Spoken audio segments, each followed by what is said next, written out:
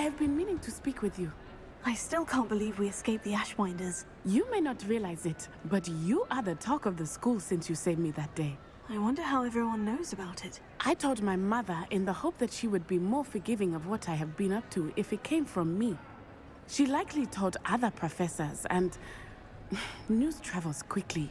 Unfortunately, she might, in fact, have been even less forgiving than I'd hoped.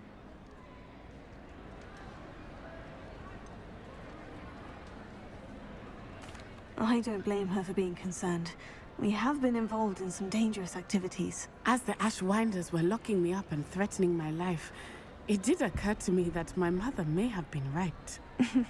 Has Officer Singer done anything with the evidence we provided? She has not. Harlow is as strong as ever. Someone needs to stop him, whether it is us or Officer Singer. If someone had stopped the monsters like him in Matabeleland, my father would be alive today. What exactly happened to your father? It was a beautiful day. My mother had gone to tend to a neighbor who was ill, and so my father and I were galloping in the savannah. Galloping?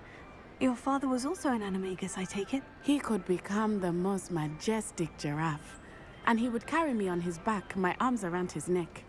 We were on our way home when we surprised a group of bandits who had come from our village. One of them saw me just as he removed a scarf from his face. He shouted and then aimed his rifle. He didn't want you to identify him. Exactly. In an instant, my father bowed his neck to protect me and was hit. As he fell, my father changed back into his human form. When the bandits saw this, they turned and ran in fear. Magic terrified them, and then he was gone. And it was all my fault. Your fault?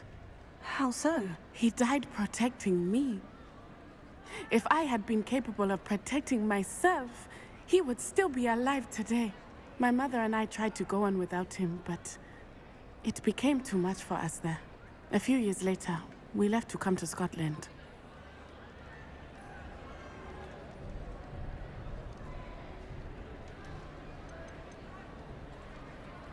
Do you think your father would approve of the things we've been doing? Oh my, that is a good question. In theory, yes. Although he would worry as my mother does. But I think he, of all people, would understand my persistence. My father never shied away from a fight for good, no matter how ruthless the foe. And I think he would have enjoyed knowing that I had a compatriot like you. What does your mother think about all of this? Well, as you saw, she worries a great deal. She is an excellent seer, but I think it bothers her to this day that she did not see my father's death coming. She misses him, as do I. So I believe on some level she understands my need to seek justice in a small way. But that does not mean that she likes it. Do you think taking down the Ashwinders will avenge your father's death? No. Vengeance is not what drives me. My father would not want that. He and my mother raised me to believe that it is a privilege to be able to fight for those who cannot. I know there is risk involved, but I feel it is worth it. I am glad you seem to think so too. I'm sorry, Natty. I can't imagine what you've been through. Your father sounds exceptional. He was. Truly extraordinary. And thank you for your kind words. We all have our burdens. My father had a saying about that. Yes, I remember. Rain does not fall on one roof alone. Exactly. Soon you and I will put an end to the Ashwinders, beginning with Harlow. And once he is gone, we will turn our attention to Rookwood. We are making progress, and we will succeed. Thank you again for saving me. You deserve all of the praise you have received.